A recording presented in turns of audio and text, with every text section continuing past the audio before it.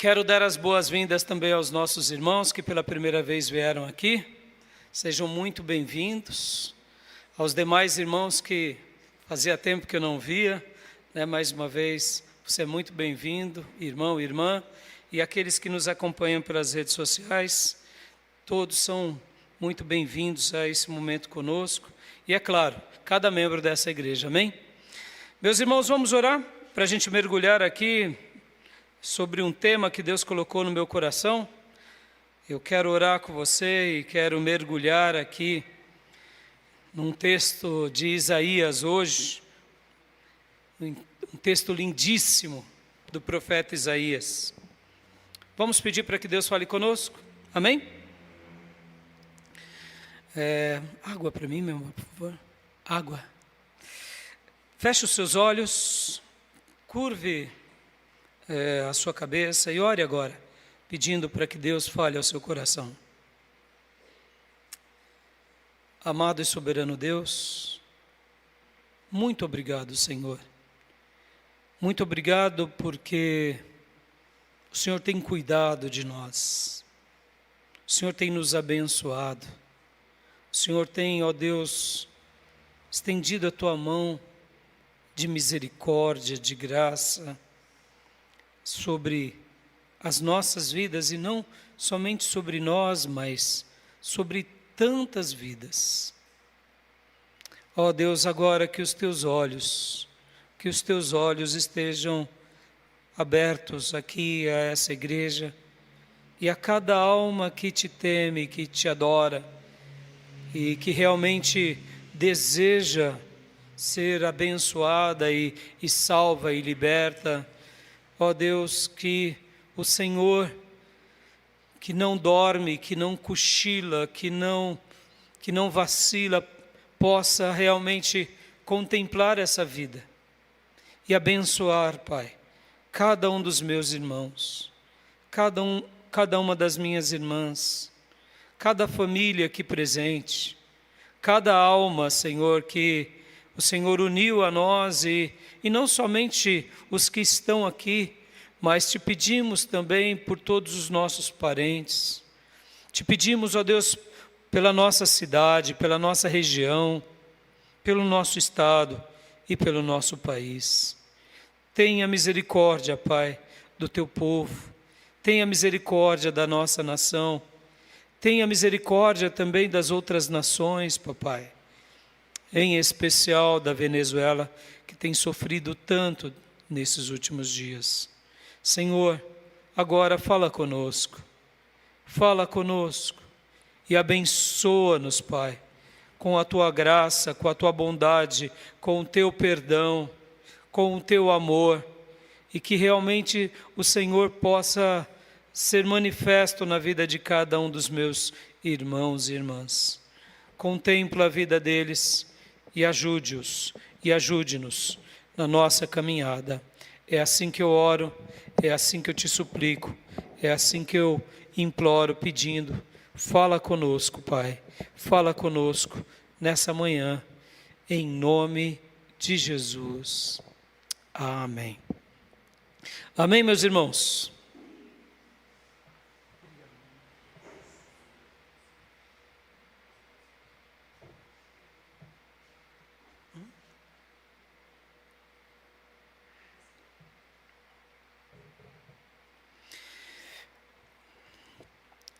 Irmãos,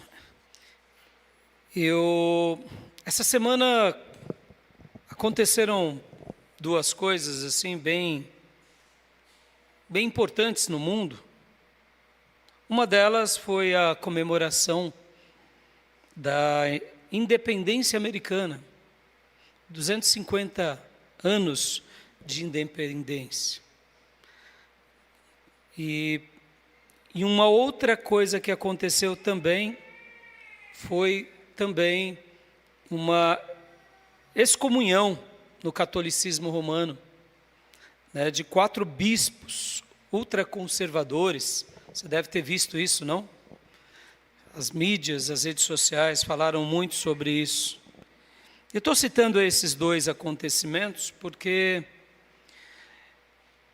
tem a ver com o nosso Ocidente, tem a ver com a parte do mundo que nos afeta diretamente, né? Pode ver que querendo ou não, a influência americana ela é imensa no mundo, inclusive no Brasil.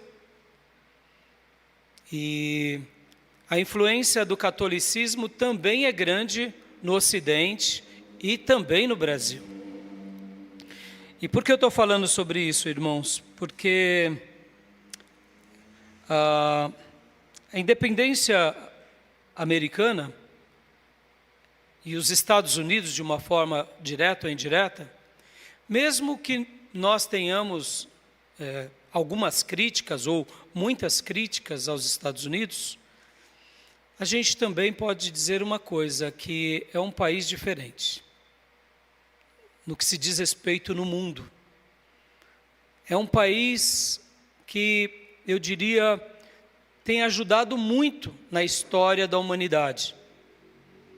Porque, querendo ou não, a bandeira da liberdade e da democracia foi esparramada, né, no Ocidente e, de uma forma geral, no mundo, em virtude desse país.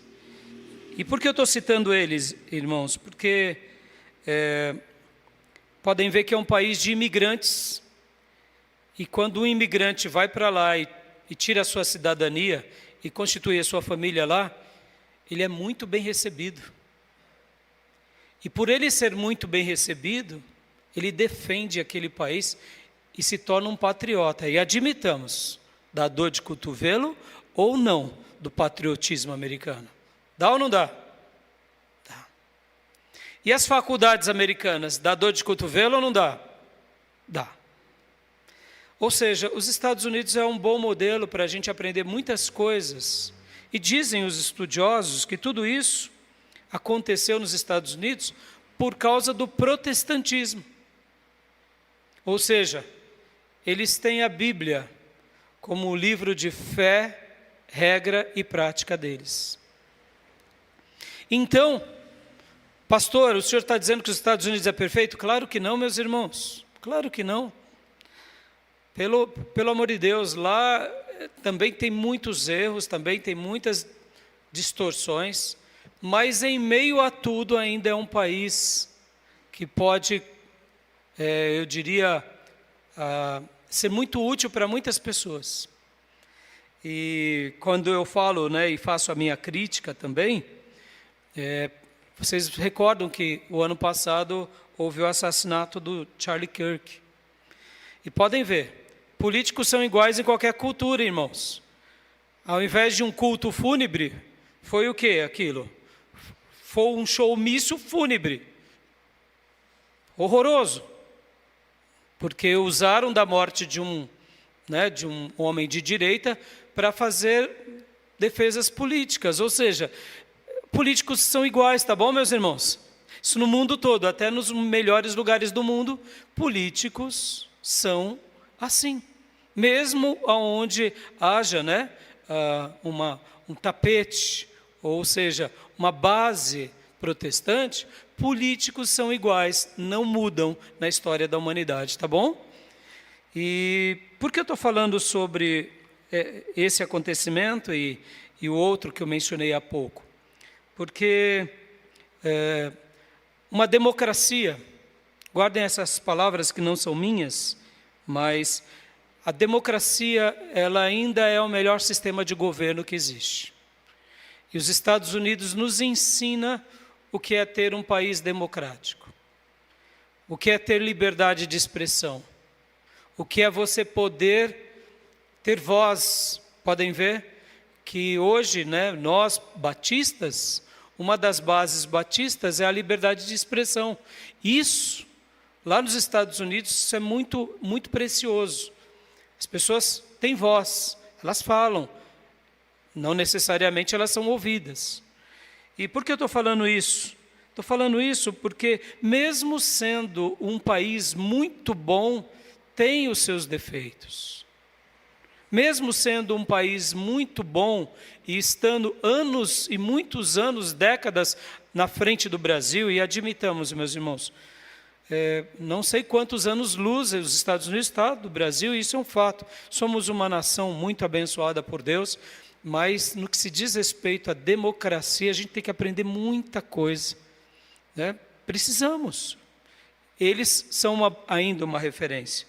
Mas o que eu queria dizer mesmo era uma frase de Winston Churchill, que disse o seguinte, que a democracia, abre aspas, democracia é o pior sistema de governo, vírgula, exceto todas as outras formas que já foram tentadas. Fecha aspas. Winston Churchill, grande líder inglês, disse essa frase em 1947 em um discurso dele, que a democracia é o pior sistema de governo, exceto todos os demais. Ou seja, se a gente reclama da democracia, ela ainda é melhor do que uma monarquia, ela é melhor do que muitos outros sistemas de governo. E por que eu estou citando os Estados Unidos, voltando para eles? Porque percebam, irmãos, eles são religiosos. O presidente americano diz ser protestante.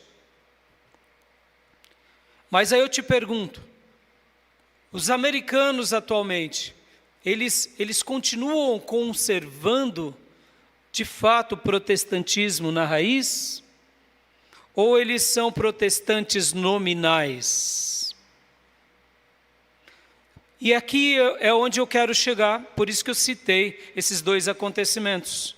O primeiro, a independência de 250 anos americana, porque é uma nação admirável, é uma nação modelo no que se diz respeito à tecnologia, à economia, à própria democracia, à distribuição de poderes lá, a maneira que eles sabem lidar com os empresários, né, agora com as big techs, ou seja, e até com o mundo.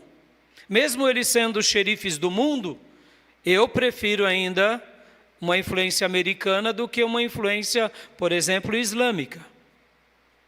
Podem ver nos mundos ou nos países onde a influência islâmica chega, é outro tipo de sistema de governo opressor, retrógrado, né, para não dizer muitas vezes antidemocrático. Mas voltando, aonde eu quero chegar aqui nessa fala?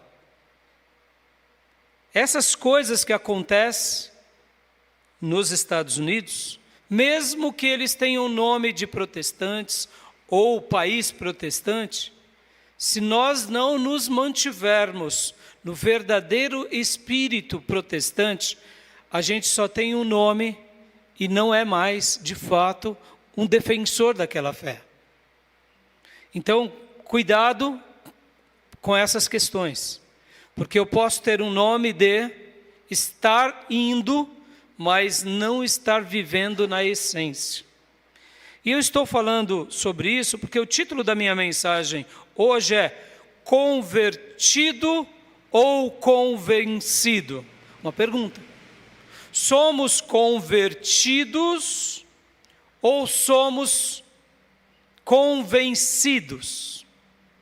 Hoje, assim como no Brasil, nós temos muitos católicos nominais. Nos Estados Unidos, predomina o protestante nominal. Ou seja, ele só tem nome. Agora, pasme, nesses últimos 40 anos no Brasil, se você é convertido nesses últimos 20 anos, talvez você conheceu muito convencido protestante. Nesses últimos 40 anos, e principalmente nesses últimos 30 anos, com o surgimento e o advento do neopentecostalismo, o que tem tido hoje no mundo protestante é o convencimento e não a conversão. Então hoje nós brasileiros, e aqui eu estou me dirigindo a nós protestantes, em especial a minha igreja, é óbvio, mas fazendo uma avaliação de caso aqui, hoje muitos se dizem protestantes, mas não são. São protestantes nominais. Não são protestantes convertidos. Então guarde isso, porque isso vai fazer total diferença na compreensão da mensagem de hoje. E por que eu estou falando sobre isso? Porque assim como os Estados Unidos perdeu a sua essência, hoje a igreja brasileira está também sofrendo do mesmo mal. As pessoas, elas são convencidas do protestantismo e não convertidas ao protestantismo. E aqui, quando eu uso o termo protestante, é para mostrar que nós somos diferentes dos católicos, de propósito, mesmo estando debaixo da cristandade, porque católicos e protestantes faz parte da cristandade. Mas agora o segundo acontecimento. Então, ficou claro essa informação que eu dei? Tá bom? Guardem isso, porque vai ter tudo a ver no desdobramento dessa mensagem. E agora, voltando um pouquinho sobre o catolicismo.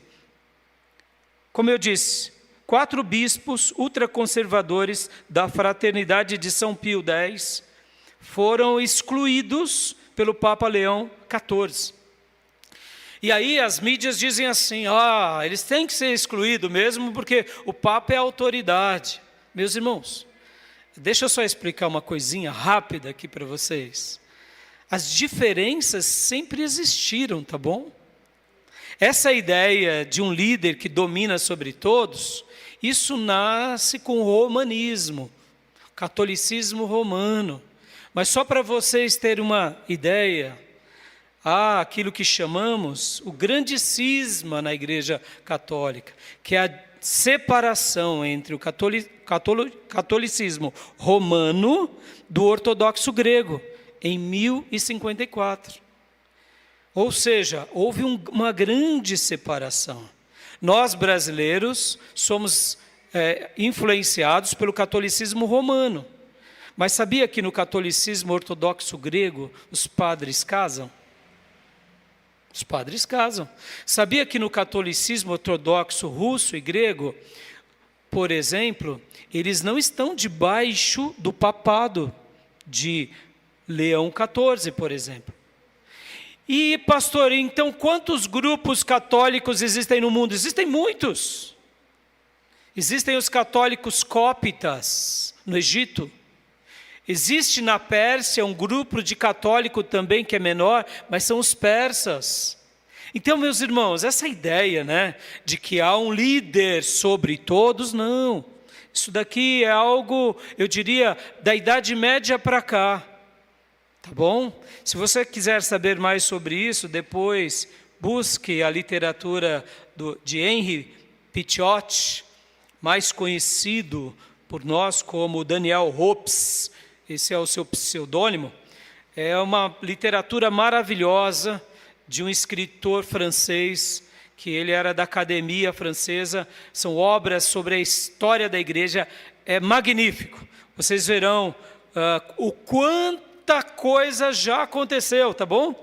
Só para vocês terem uma ideia, meus irmãos, na história do catolicismo, que é chamado cativeiro babilônico francês, sabia que teve um período que o Papa foi levado para a França,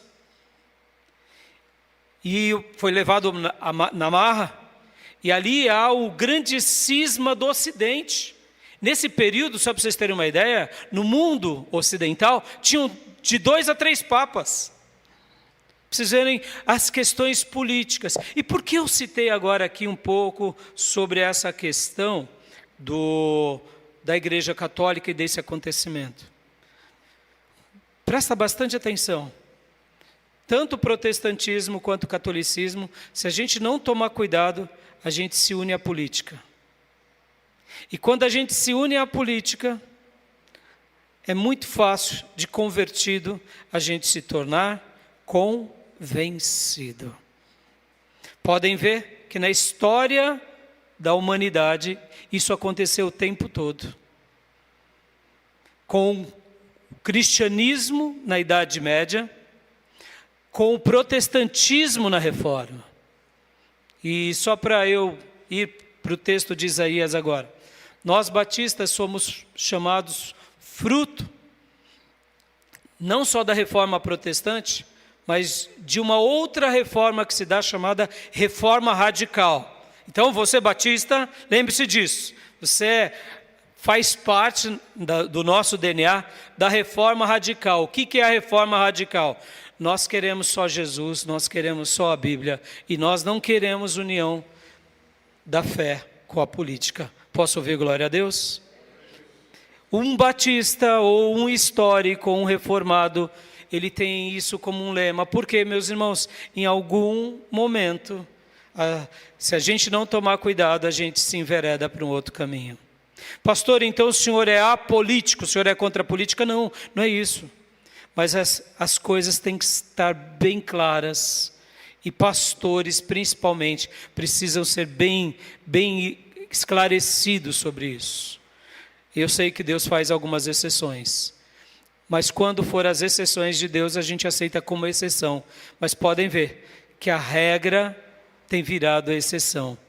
Né? Ou melhor, a exceção tem virado regra. E não é para ser assim. Tá bom, meus irmãos?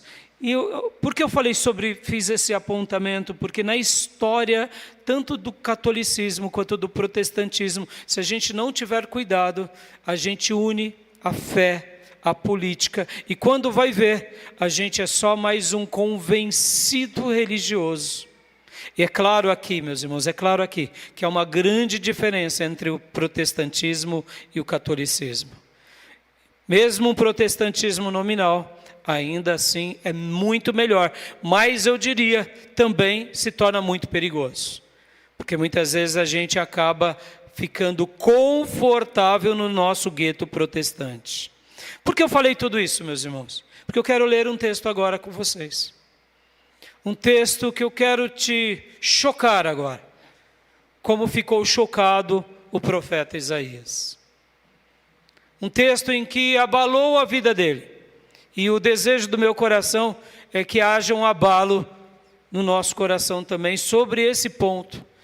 Então eu te convido a abrir a sua Bíblia em Isaías, capítulo de número 6. Isaías, capítulo de número 6. Esse é o grande texto da vocação de Isaías, do chamamento de Isaías e do momento em que Isaías, de fato, passa por uma experiência de conversão maravilhoso. Isaías 6. Aqui conta a história que Isaías contempla o Eterno. Antes de ler o texto, deixa eu só fazer mais uma pergunta aqui para vocês. Quem realmente é salvo? Quem realmente é salvo? Dá para a gente dizer, Zé Lucas é salvo, a Júlia é salva, a Emílie é salvo, irmão Douglas Lira, dá para a gente afirmar isso? Temos esse direito? Quem é que pode dizer se uma pessoa é salva ou não? É a religião? Então, por que o Papa Leão XIV excomungou, literalmente excluiu os bispos? Porque eles não fizeram aquilo que o Papa queria. Percebam, olha aí onde entra as religiões, aonde entra os nossos julgamentos, aonde entra as nossas opiniões. Quem é que pode falar que uma alma é salva ou não? Quem é que pode, irmãos? Só Jesus, só Deus Pai, só o Espírito Santo. Quem mais? Mais ninguém. Pastor, mas o senhor não está sendo incisivo demais nessa declaração? Eu estou te ensinando que sobre certas questões, quem julga é Deus. E se aquela pessoa que blasfemou a vida toda, na hora da morte clamou a Jesus, Jesus vai lançá-la no inferno? Vai? Não. Qual é a base bíblica? Porque, irmãos, o que eu quero dizer aqui não é para você ficar confortável no pecado, não é isso. Eu estou dizendo o seguinte, que sobre a salvação da alma de alguém, nós não podemos julgar. Nós não podemos julgar. Não nos dá esse direito. Nem de afirmar que ele não está salvo e nem de também afirmar, não, eu tenho certeza que ele está salvo. Meus irmãos, a gente vai ter muita surpresa lá no céu, viu? Pessoas que a gente pensa que encontraria lá e pessoas que a gente pensa que jamais acharia lá. Eu quero crer, e por que eu estou fazendo essa afirmação? Que nós podemos até deduzir, eu acho que sim, mas quem crava a última estaca é Deus. Porque quem me garante que aquela pessoa no leito de enfermidade não vai clamar por Jesus, não vai pedir perdão? Se ela clamar por Jesus, ela está salva ou não? O que diz o texto sagrado? Que aquele que me invocar estará salvo. E o ladrão da cruz foi batizado?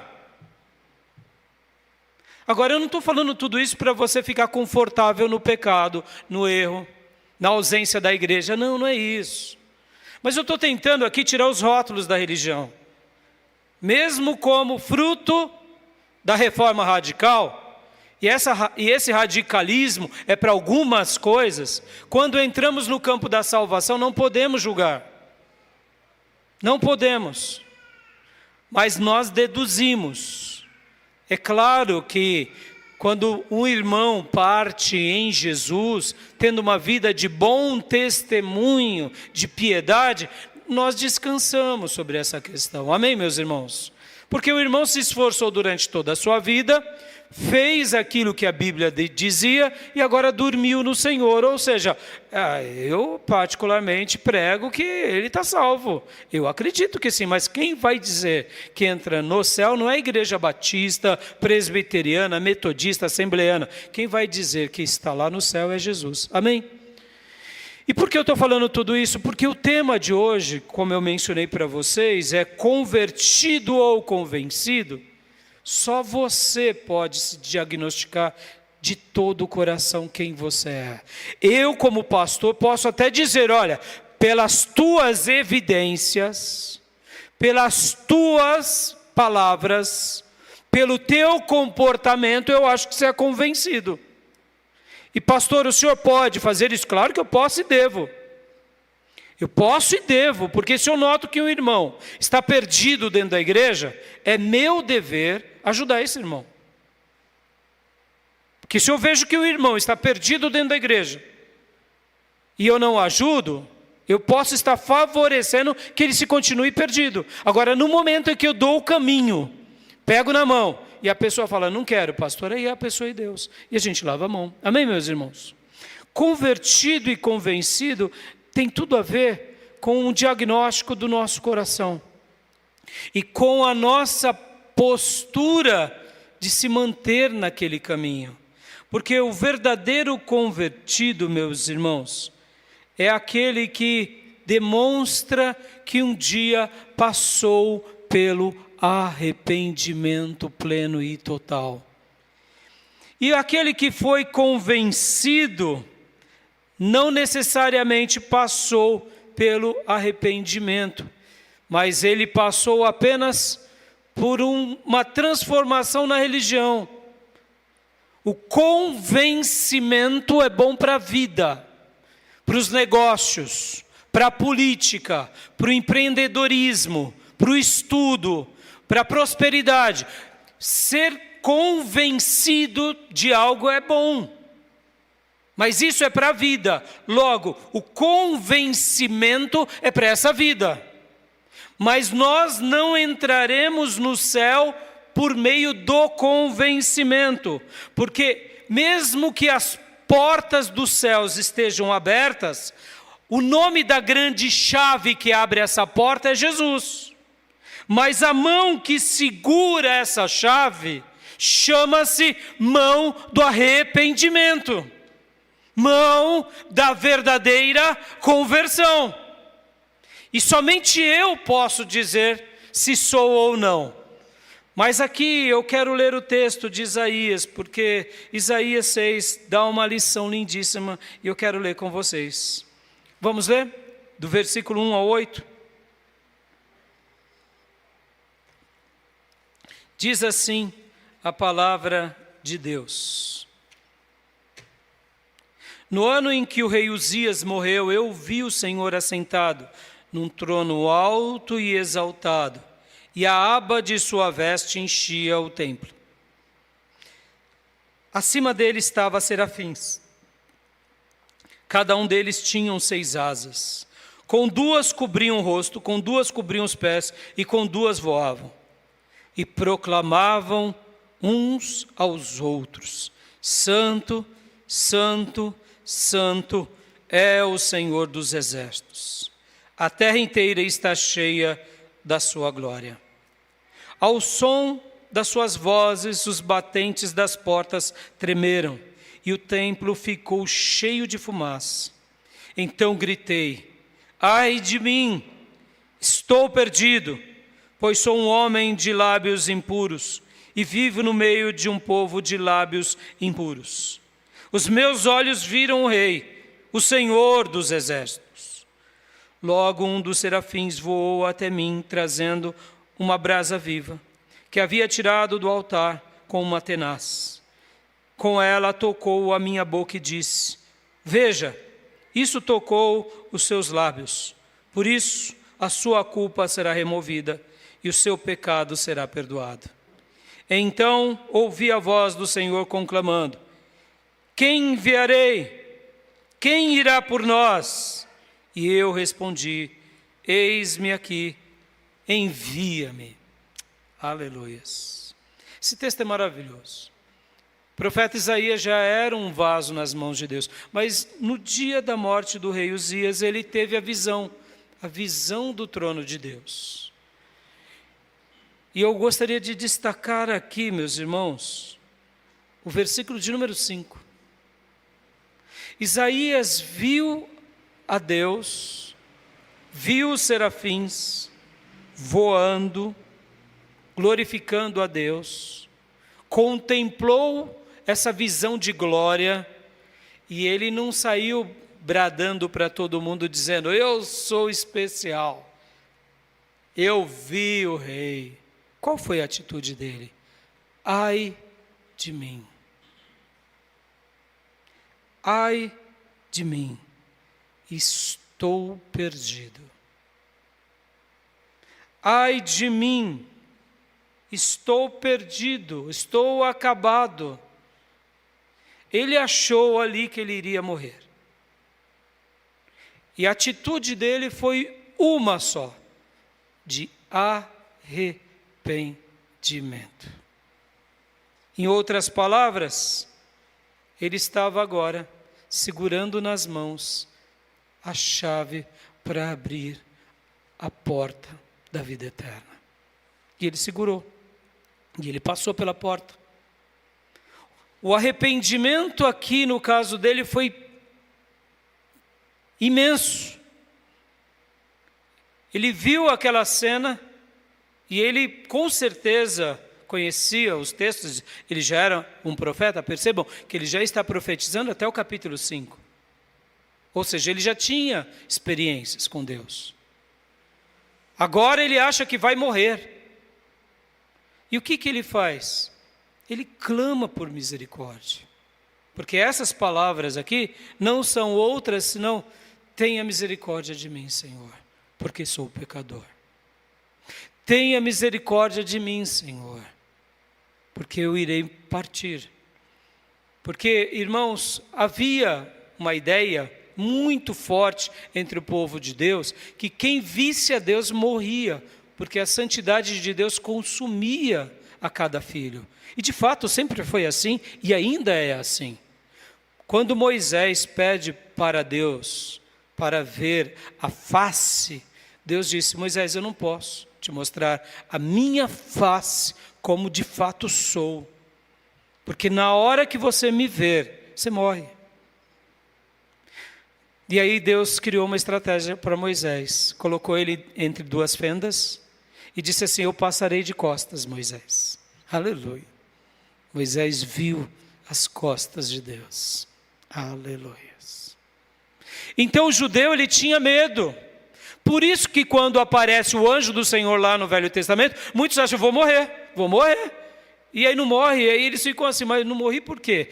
Porque na realidade tudo isso eram figuras de que um dia o próprio Deus viria e habitaria aqui. Podem ver que agora Jesus nasce em carne. Jesus é Deus encarnado. E ele se fez carne, e ele caminhou entre nós. E por isso que o apóstolo João diz: e vimos a sua glória como a glória do unigênito de Deus. Aleluias! Deus passeou entre nós, mas para que Jesus tivesse nascido, ele se esvazia da sua glória e vem e se torna homem. É aqui onde entra aquilo que chamamos de Jesus sendo 100% homem, mas sendo 100% Deus. Aleluias! E ele faz isso para nos redimir, nos salvar. Mas voltando para Isaías. Isaías, então, sabendo das histórias de Moisés, conhecendo as histórias dos juízes, conhecendo a história de grandes servos de Deus do passado, falou: vou morrer, acabou, né? Game over, acabou tudo. Mas de repente ele não estava vendo a face, ele só viu um lampejo da glória. Mas qual foi a atitude dele, meus irmãos? Ai de mim, ai de mim. E aqui ele comenta: eu habito no meio de um povo de lábios impuros, sou assim. Ele categoriza os seus pecados, suas falhas. E por que eu estou falando tudo isso, meus irmãos? Porque, em primeiro lugar, hoje eu quero falar para vocês sobre algo que eu noto nas Escrituras. Que esse episódio de Isaías 6 é o episódio que acompanha todos os servos de Deus.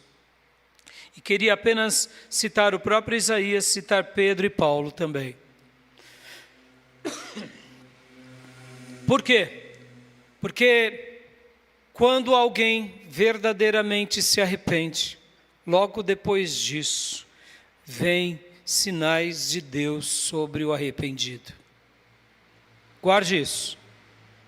No verdadeiro arrependimento, Deus libera graça, Deus libera misericórdia, Deus libera salvação, Deus libera regeneração, Deus libera milagres para atrair esse arrependido à presença dele. Foi isso que aconteceu com Isaías. Ele achou que ia morrer e veio agora o quê? A Bíblia mostra aqui no versículo 6, um dos serafins voou até mim, trazendo uma brasa viva. E essa brasa viva toca onde? Toca onde ele tinha dito que ele era falho. Podem ver que no versículo 5 diz: sou um homem de lábios impuros, e vivo no meio de um povo de lábios impuros. O grande pecado que Isaías tinha eram com palavras. Nós não sabemos o que ele disse de errado ou onde ele pecou com as palavras, mas era o pecado dele. Mas percebam que no momento em que ele reconhece a sua fraqueza, que ele reconhece a sua miséria, que ele reconhece a sua limitação, o serafim agora pega uma brasa viva do altar de Deus com uma tenaz, que é como se fosse um grande garfo de churrasqueiro, e vem até ele e toca nos lábios. E logo depois disso ainda ele ouve a voz de Deus dizendo para ele: a quem enviarei? Quem irá por nós?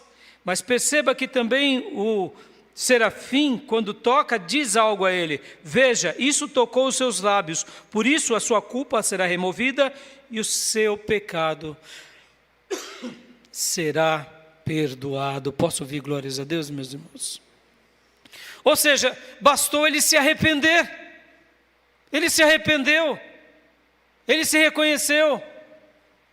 E o anjo tocou nos lábios, perdoou ele. E agora veio a vocação de Deus: quem irá pregar? Quem irá anunciar? E aí ele diz: eis-me aqui, Senhor, eis-me aqui. Presta bastante atenção na construção. Para que o anjo trouxesse uma brasa viva, tocasse na sua ferida, perdoasse ele precisou passar pela porta do arrependimento. Vamos lá, segundo caso. Paulo, o grande Saulo de Tarso. Saulo de Tarso indo prender cristãos. Na estrada de Damasco, quem aparece para ele? Jesus. E o que Paulo diz a Jesus naquela hora? Senhor, quem és tu? Senhor. Em outras palavras, Paulo, na estrada de Damasco, também passou ali pelo arrependimento. Porque Jesus diz a Paulo: por que tu me persegues? Paulo foi o momento mais dramático da sua vida, em que ele também, para ser curado da sua velha vida, teve que passar também pela porta do arrependimento. E podem ver que no caso de Paulo foi mais dramático ainda, porque não foi como Isaías, e uma visão, foi mais lento. Ele precisou de 3 dias na escuridão, porque logo depois dessa visão ele fica cego dos 2 olhos. Quando Ananias vai a ele e ora por ele, aí as escamas caem dos olhos dele. Percebam que durante esses 3 dias foram o período de incubação daquela experiência em Paulo. Eu não sei o que aconteceu com Paulo, mas eu posso dizer, durante o encontro que ele teve com Jesus, até aquela oração de Ananias, foi o grande momento de arrependimento de Paulo. Mais uma vez, alguém que para ser tocado, para ter sido curado das suas visões, precisou ter passado também pela porta do arrependimento. Perceba, meus irmãos, eu não estou falando aqui do convencimento. Eu estou falando aqui do arrependimento. Eu não estou falando aqui de alguém convertido, porque como eu disse, meus irmãos, todo arrependido, todo aquele que foi verdadeiramente arrependido, é a grande prova de que você se tornou um convertido. E todo convertido vive o arrependimento. Mas nem todo aquele que foi convencido vive o arrependimento. Porque o convencimento tem a ver com a mente. Por isso que eu falei que o convencimento é bom para as coisas da vida. Mas você não atinge os céus com a mente, é com o coração. Então o convencimento é com a mente, mas a conversão é com o coração. Estão entendendo, meus irmãos? Parece algo simples, mas aqui muda a história da nossa vida. E o terceiro caso que eu quero ilustrar aqui para vocês é Pedro. Porque Jesus se revela para Pedro e diz: Pedro, você vai ser pescador. Mas quando Jesus faz o primeiro milagre, o que Pedro diz para Jesus? Retira-te de mim, porque sou pecador. Pedro não tinha sido acabado de ser convocado? Tinha. Agora ele começa a ver os sinais e as maravilhas e fala: mestre, não dá, mestre, não combina. O senhor é de uma outra estirpe. O senhor é de outro nível. O senhor é santo. Eu sou pecador. Percebam 3 casos de 3 pessoas que passaram pela porta do arrependimento, da verdadeira conversão.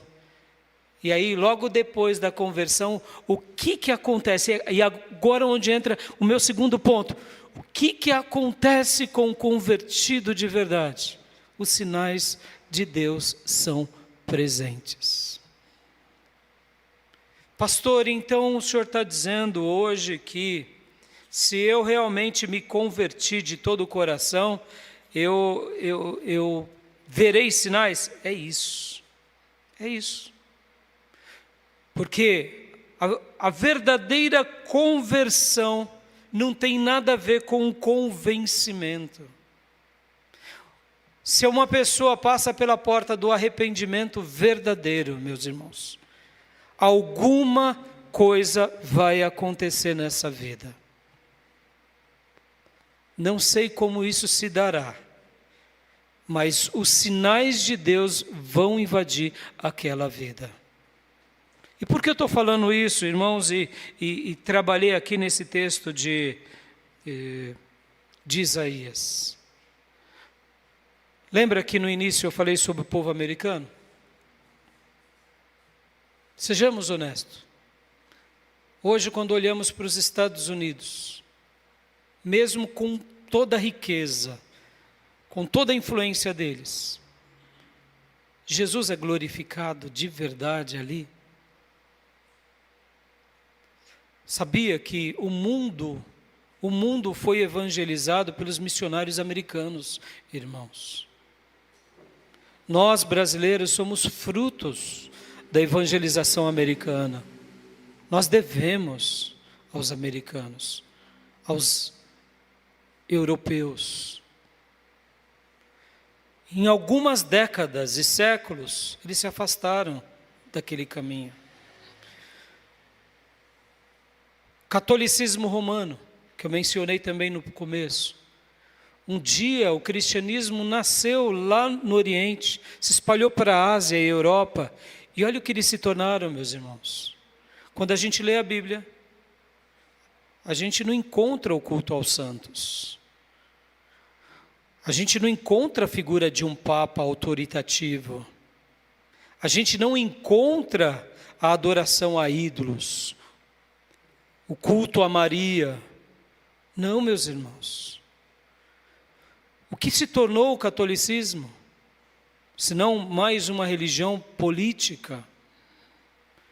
Percebam, meus irmãos, é muito fácil na nossa caminhada a gente se perder pelo convencimento.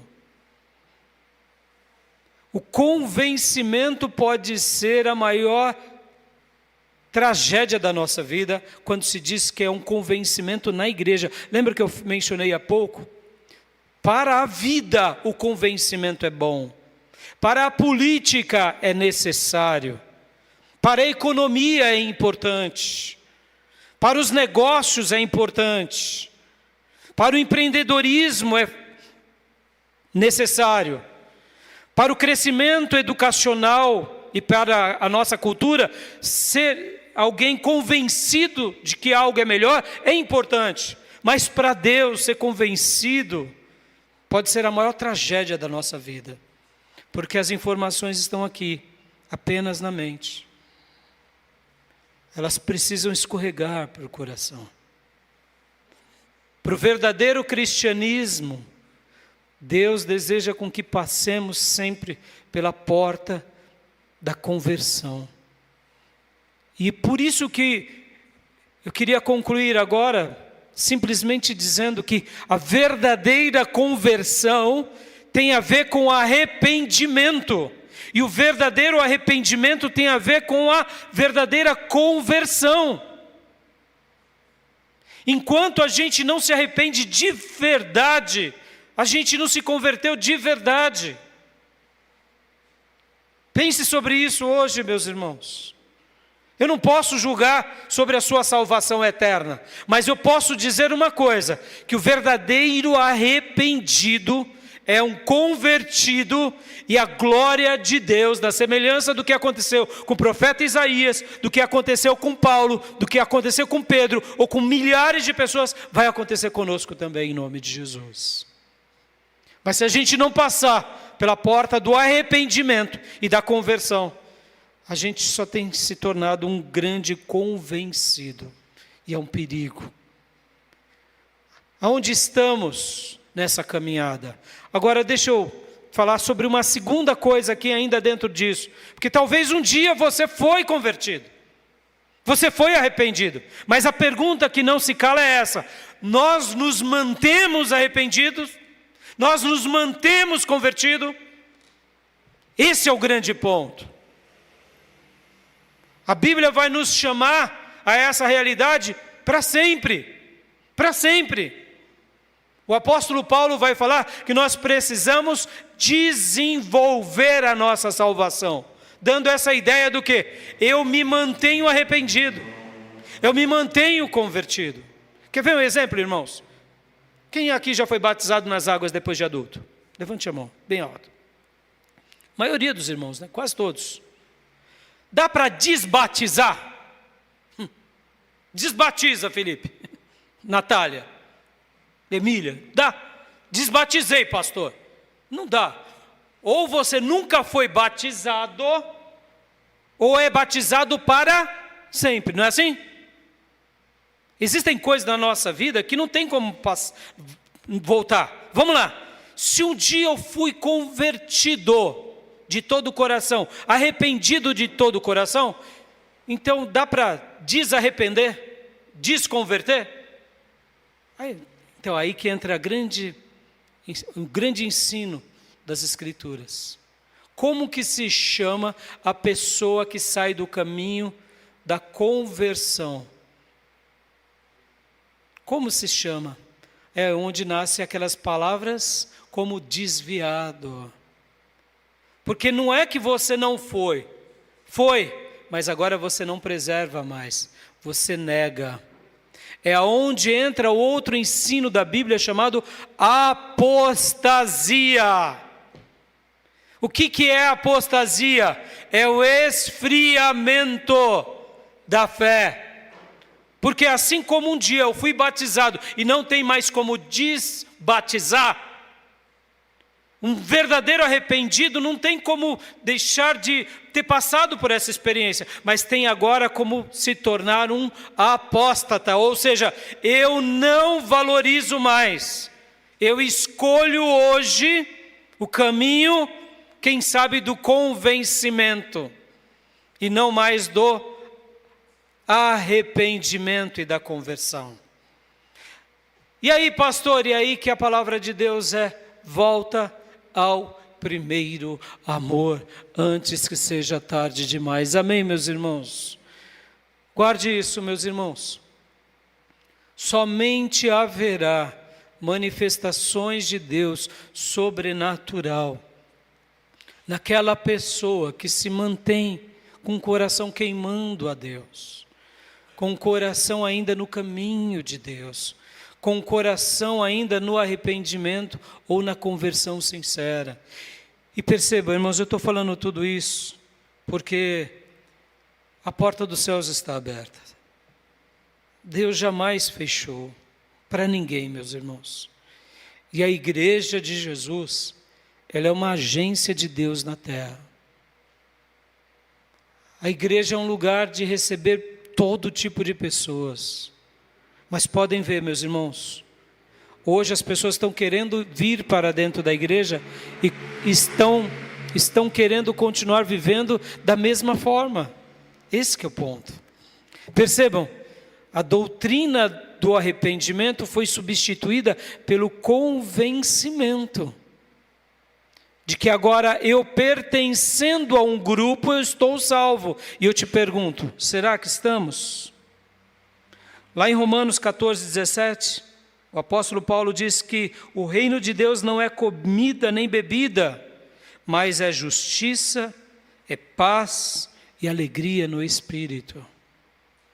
O reino de Deus, para ele ser manifesto na nossa vida em justiça, em alegria e em paz, eu só desfruto quando eu estou no arrependimento, na conversão verdadeira.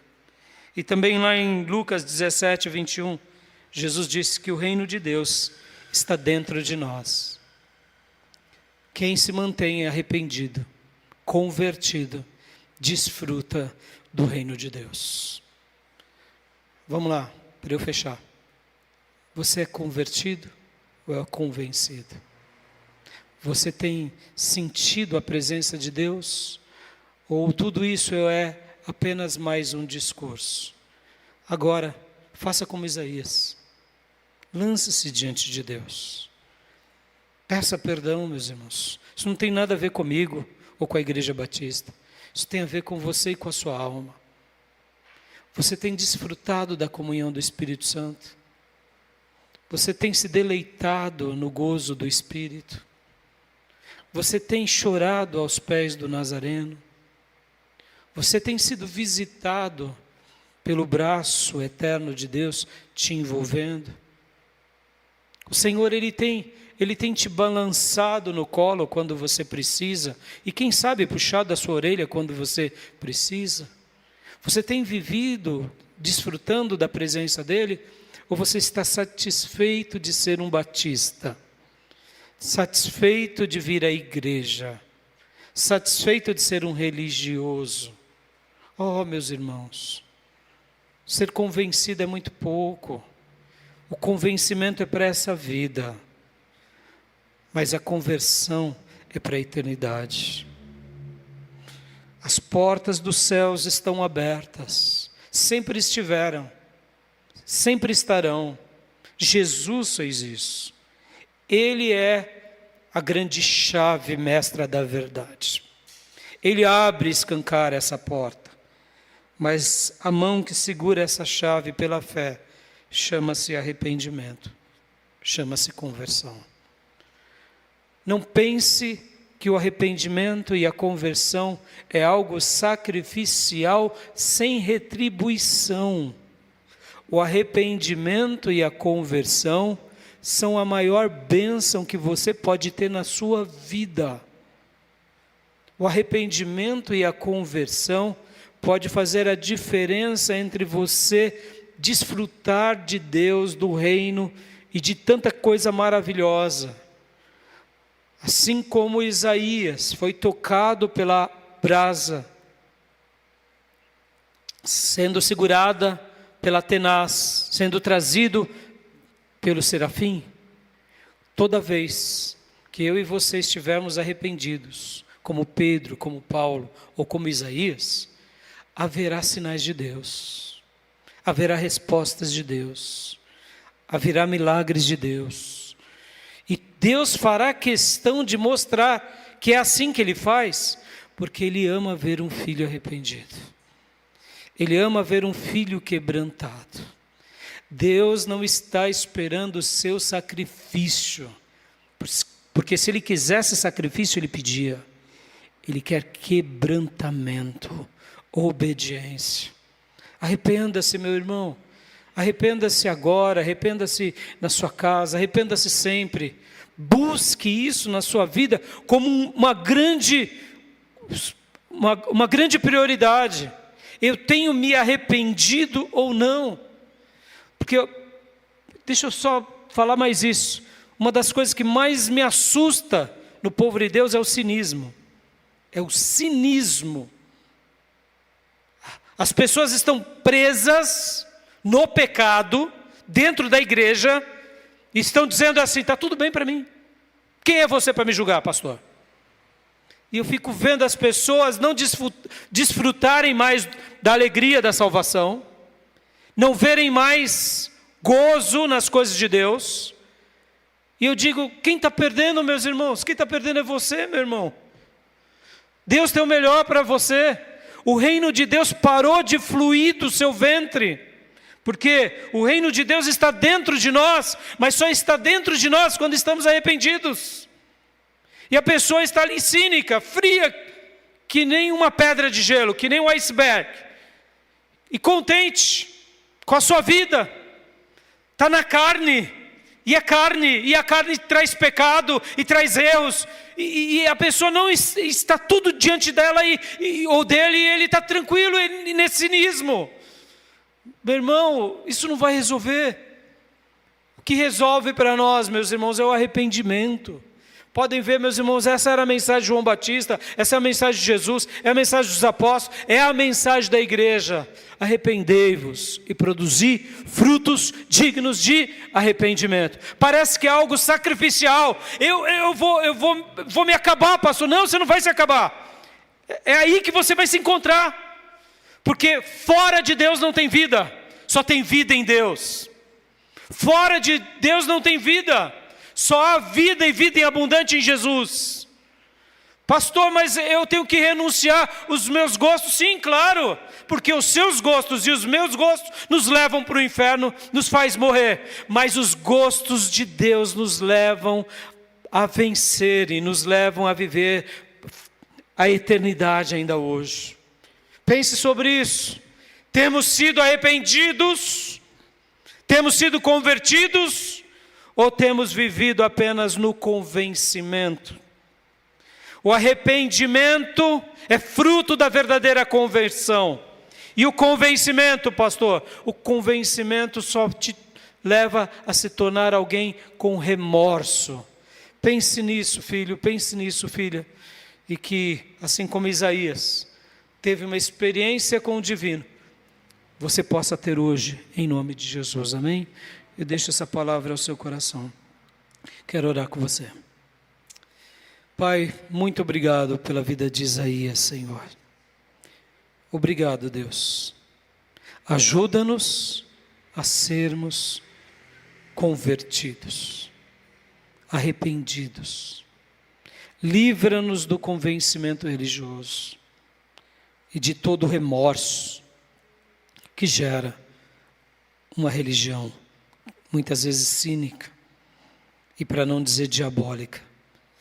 Ó Deus, tenha misericórdia dos meus irmãos, das minhas irmãs, e visita-os, Pai, com a Tua bondade, com a Tua graça, e ajuda os Teus filhos, ajuda as Tuas filhas, assim como a mim, a sermos apenas uma igreja de convertidos, de arrependidos.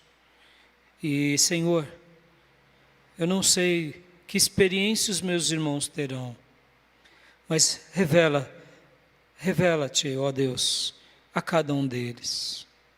Como foi com Paulo no caminho de Damasco, depois com Ananias, como foi com Pedro durante tantas experiências ao teu lado, como foi com Isaías, com os serafins.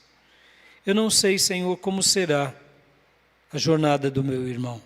Uma coisa eu sei, que quando nos convertermos, cada dia mais e mais, nos encontraremos logo ali na frente com o Senhor. Quando nos arrependermos de toda a mazela e todo o pecado, logo ali na frente, o Senhor mostrará a sua glória. E mostrará que vale a pena ser um verdadeiro arrependido, um verdadeiro convertido.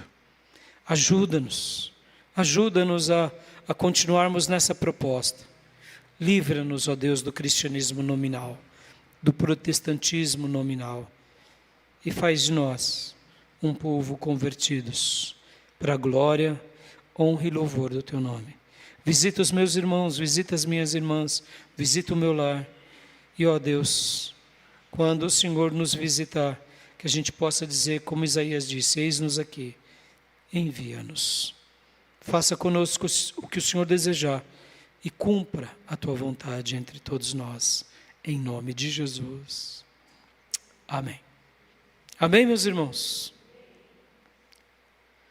Santificai-vos, porque amanhã o Senhor fará maravilhas no meio de vós. É amanhã. A gente dá um passo hoje, e amanhã o céu se abre. Tudo muda, mas o passo começa a ser hoje, de coração inteiro. Não como queremos ou pensamos, mas como Deus quer, como Deus pensa. Amém? Muito obrigado, Moisés, Ariel, Caleb e Ebraim. E cada parente que veio aqui, né, Érica, Reginaldo, é uma alegria tê-los conosco, e o lugar de vocês estão sempre aqui, tá bom? E é isso, vamos para casa? Amém? Né, meus irmãos, quem quiser dar um passo de fé, pense sobre isso, ore, entregue tua vida a Deus, reconcilie-se com o Senhor, ou aqui na igreja, na tua casa, mas viva o arrependimento, e deixa Deus revelar a glória dele na tua vida. Como vai ser, pastor? Eu não sei. Uma coisa eu sei, você vai testemunhar. E a gente só vai se alegrar junto. Que Deus faça de nós uma igreja de convertidos, só de convertidos, de arrependidos, aos pés da cruz. Tá bom? Quero agradecer também aos nossos irmãos e irmãs que nos acompanham pelas redes sociais, amém? Quero dar a bênção apostólica. Que a graça do Senhor Jesus, que o amor de Deus Pai e as santas e eternas consolações do Espírito Santo de Deus estejam com todos nós, agora e para sempre. Amém. Dê um abraço bem apertado no irmão, na irmã, dê um abraço bem gostoso. Irmãos e irmãs que nos acompanham pelas redes sociais, muito obrigado por vocês estarem aqui conosco. Um domingo de vitória para todos vocês. Deus abençoe a igreja, Deus abençoe irmãos. Está encerrado o nosso culto.